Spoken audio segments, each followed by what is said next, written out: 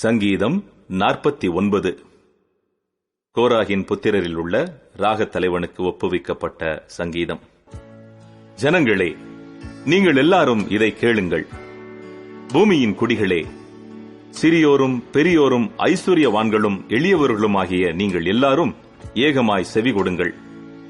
என் வாய் ஞானத்தை பேசும், என் இருதயம் உணர்வை தியானிக்கும்.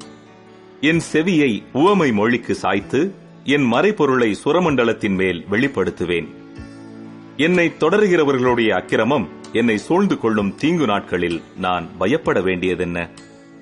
தங்கள் செல்வத்தை நம்பி தங்கள் திரளான ஐஸ்வர்யத்தினால் பெருமை பாராட்டுகிற ஒருவனாவது தன் சகோதரன் அழிவை காணாமல் இனி என்றைக்கும் உயிரோடு இருக்கும்படி எவ்விதத்தினாலாவது அவனை மீட்டுக் கொள்ளவும் அவன் நிமித்தம் மீட்கும் பொருளை தேவனுக்கு கொடுக்கவும் கூடாதே. அவர்கள் ஆத்தும மீட்பு மிகவும் அருமையாயிருக்கிறது, அது ஒருபோதும் முடியாது. ஞானிகளும் மரித்து அஞ்ஞானிகளும் நிர்மூடரும் ஏகமாய் அழிந்து தங்கள் ஆஸ்தியை மற்றவர்களுக்கு வைத்து போகிறதை காண்கிறான்.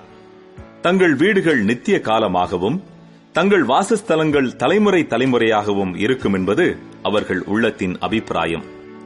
அவர்கள் தங்கள் நாமங்களை தங்கள் நிலங்களுக்கு தரிக்கிறார்கள். ஆகிலும் கணம் பொருந்தியவனாயிருக்கிற மனுஷன் நிலைத்திருக்கிறதில்லை, அழிந்து போகும் மிருகங்களுக்கு ஒப்பாயிருக்கிறான். இதுதான் அவர்கள் வழி, இதுதான் அவர்கள் பைத்தியம். ஆகிலும் அவர்கள் சந்ததியார் அவர்கள் சொல்லை மெச்சிக் கொள்ளுகிறார்கள். ஆட்டு மந்தையைப் போல பாதாளத்திலே கிடத்தப்படுகிறார்கள். மரணம் அவர்களை மேய்ந்து போடும். செம்மையானவர்கள் அதிகாலையில் அவர்களை ஆண்டு கொள்வார்கள். அவர்கள் தங்கள் வாசஸ்தலத்தில் நிலைத்திருக்க கூடாதபடி அவர்களுடைய ரூபத்தை பாதாளம் அழிக்கும். ஆனாலும் தேவன் என் ஆத்துமாவை பாதாளத்தின் வல்லமைக்கு தப்புவித்து மீட்பார். அவர் என்னை ஏற்றுக்கொள்வார்.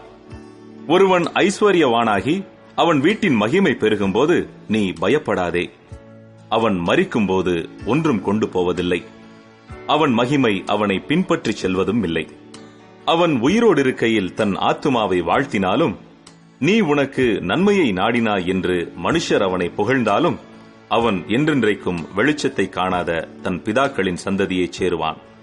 கணம் பொருந்தினவனாயிருந்தும் அறிவில்லாத மனுஷன் அழிந்து போகும் மிருகங்களுக்கு ஒப்பாயிருக்கிறான்.